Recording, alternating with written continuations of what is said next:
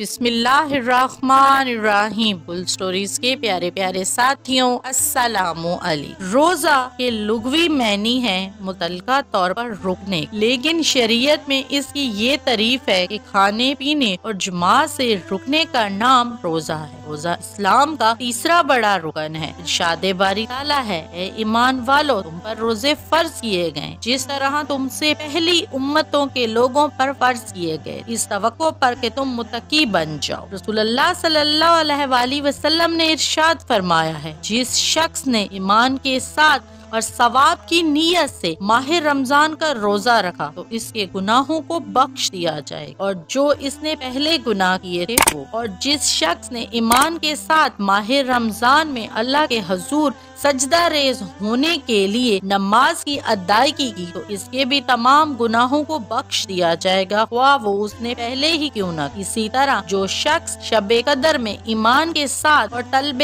ثواب کی نیت سے سجدہ ریز ہوا اور عبادت میں مشغول رہا، اس کے بھی تمام گناہوں کو بخش دیا جائے گا۔ ایک اور حدیث میں رسول اللہ صلی اللہ علیہ وآلہ وسلم کا فرمان ہے، جس نے ماہ رمضان کا روزہ بغیر کسی شرعی وجہ اور اجازت کے چھوڑا تو عمر بھر بھی روزہ رکھا رہے، ایک روزے کی قضا پوری نہ ہوگی، یعنی ثواب سے محروم رہے گا، اور 1000 دن کے روزے رکھنے کے باوجود بھی اس ایک دن کے روزے کا ثواب اس کو میسر نہ ہو۔ ماہ رمضان کے روزے ہجرت کے 18 ماہ بعد شعبان کے مہینے میں تحلیل و قبلہ کے 10 دن بعد فرض کیے گئے۔ روزے کا انکار کرنے والا کافر اور اسے چھوڑنے والا فاسق۔ حضرت ابو ذر سے روایت ہے کہ رسول اللہ صلی اللہ علیہ وآلہ وسلم نے ارشاد فرمایا، بنی آدم کے ہر نیک عمل کا ثواب زیادہ کیا جاتا ہے، اسی طرح کے ایک نیکی کا ثواب 10 سے 7 گنا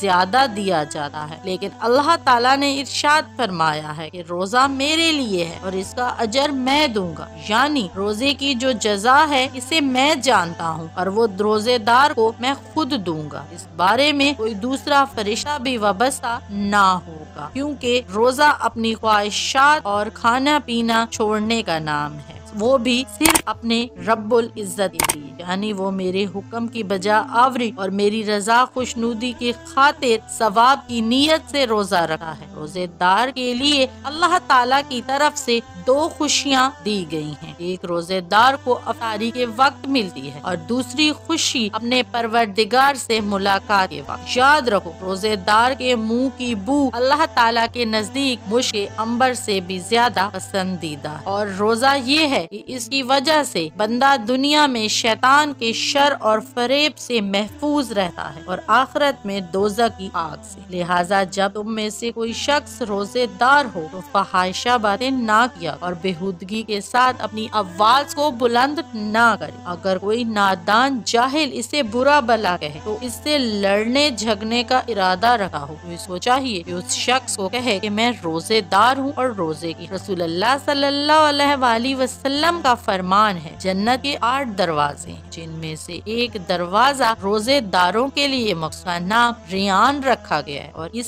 دروازے میں سے صرف روزے دار ہی داخل ہوں۔ حضرت انس بن مالک سے روایت ہے کہ جب ماہ رمضان کا مہینہ آیا تو رسول اللہ صلی اللہ علیہ وآلہ وسلم نے ارشاد فرمایا، تمہارے لیے یہ مہینہ آیا ہے جس میں ایک رات یعنی شب قدر 1000 مہینوں سے بہتر ہے، لہٰذا جو شخص اس رات سعادت سے محروم رہا، اس کی ایسی ساری راتیں یا کم سے کم رات کے کچھ حصے میں جاگنے اور اللہ تعالیٰ کی عبادت میں مشغول ہونے کی توفیق نہ ہوئی تو وہ ہر سعادت اور بھلائی سے محروم رہ جائے گا۔ رمضان المبارک مقدس اور بابرکت مہینہ دین و دنیا کی سعادتیں اور بھلائیاں اپنے اندر سمیٹے آتا ہے، لہٰذا اس کے آنے کو غنیمت جانو۔ دن میں روزہ رکھ کر اور رات میں اللہ تعالیٰ کی عبادت یعنی تراویح، قرآن پاک کی تلاوت اور تہجد وغیرہ میں مشغول ہو کر اس مہینے کی برکتیں اور سعادتیں حاصل کرو۔ لیلۃ القدر کی سعادتوں سے وہی شخص محروم رہتا ہے جو سعادت اور بھلائی کے معاملے میں بد نصیب ہوتا ہے اور جسے اللہ تعالیٰ کی عبادت کا ذوق و شوق نہیں ہوتا۔ روزہ جسم کی زکوٰۃ ہے۔ روزے سے انسان کی روح میں پاکیزگی، اعمال میں پرہیزگاری اور نفس پر قابو رکھنے کی طاقت پیدا ہوتی ہے۔ ہے۔ تمام تاریخ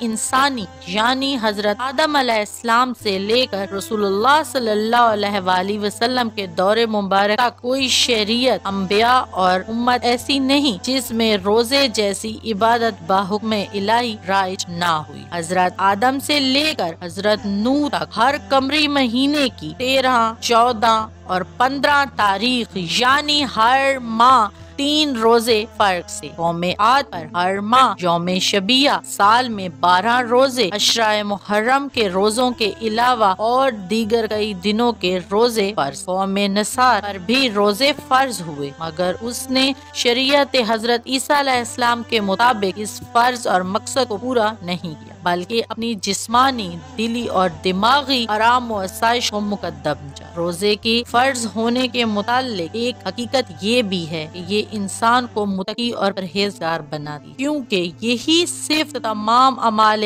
خیر کا سرچشمہ ہے، اور اس صفت کے بغیر انسان کامل ترین نہیں ہو۔ روزہ شرعی اصلاحات میں رب العزت کے حکم کے مطابق تابع داری میں رکنے اور ٹھہرنے کا نام۔ قرآن کریم میں روزے کے لیے صوم کا لفظ استعمال کیا گیا ہے۔ صوم عربی زبان کا لفظ ہے جس کے معنی رک جانا، باز آنا اور ٹھہر جانے کے ہیں۔ واہ، اس کا تعلق کھانے پینے سے ہو یا بات چیت سے، چلنے پھرنے سے ہو۔ روزہ صرف کھانے پینے سے بچنے کا نام نہیں، بلکہ فحاشی رد عمل اور شر سے بچنے کا بھی نام ہے۔ رمضان عربی زبان کا لفظ ہے جس کے معنی جلانے کے ہیں۔ روزہ رکھنے سے نہ صرف انسان کے گناہ جلتے ہیں، بلکہ طبی لحاظ سے بھی اگر دیکھا جائے تو اس کے بدن میں اضافی چربی اور کولیسٹرول جل جاتا ہے۔ آج سے 1400 سال پہلے رسول اللہ صلی اللہ علیہ وآلہ وسلم نے ارشاد فرمایا تھا کہ روزہ رکھو اور صحت مند ہو جاؤ۔ آج کی سائنسی تحقیق بھی یہی کہتی ہے کہ روزہ تمام بیماریوں سے نجات دلاتا ہے، دماغ کو اور دل کو راحت سکون مہیا کرتا ہے۔ روزے سے دماغ اور اپنی کارکردگی کو بہتر بناتے ہیں، بلکہ روزے سے بہت ساری بیماریاں دور ہوتی ہیں اور انسان ان سے محفوظ ہوتا ہے۔ روزہ قدرتی طور پر ذہنی، جسمانی، روحانی اور جذباتی توانائی کو قائم رکھنے کا ایک فطری ذریعہ۔ یہی وجہ ہے کہ روزے دار کے جسم، ذہن، روح پر خوشگوار اثرات مرتب ہوتے ہیں۔ یہ بات ہر انسان بخوبی جانتا ہے کہ زندگی میں صحت کا چولی دامن کا ساتھ ہے۔ اس بات کو صرف اس حد تک جاننا ہی کافی نہیں، بلکہ سمجھنا بھی ضروری ہے، اور سمجھ کے اس کو عمل کرنا بھی ضروری۔ امید کرتی ہوں کہ روزے کی اہمیت کے بارے میں جان کر آپ تمام دوستوں کو کافی انفارمیشن ملی ہوگی۔ ویڈیو پسند آئی ہو تو اسے اپنے دوستوں کے ساتھ ضرور شیئر کیجیے گا اور مجھے اپنی قیمتی رائے سے آگاہ کرتے رہیے گا۔ میں ملوں گی آپ سے اگلی ایک ایسی ہی خوبصورت نصیحت بھری ویڈیو میں۔ مجھے دعاؤں میں یاد رکھیے گا۔ اللہ تعالیٰ آپ تمام دوستوں کا حامی و ناصر ہو۔ تب تک کے لیے اللہ حافظ۔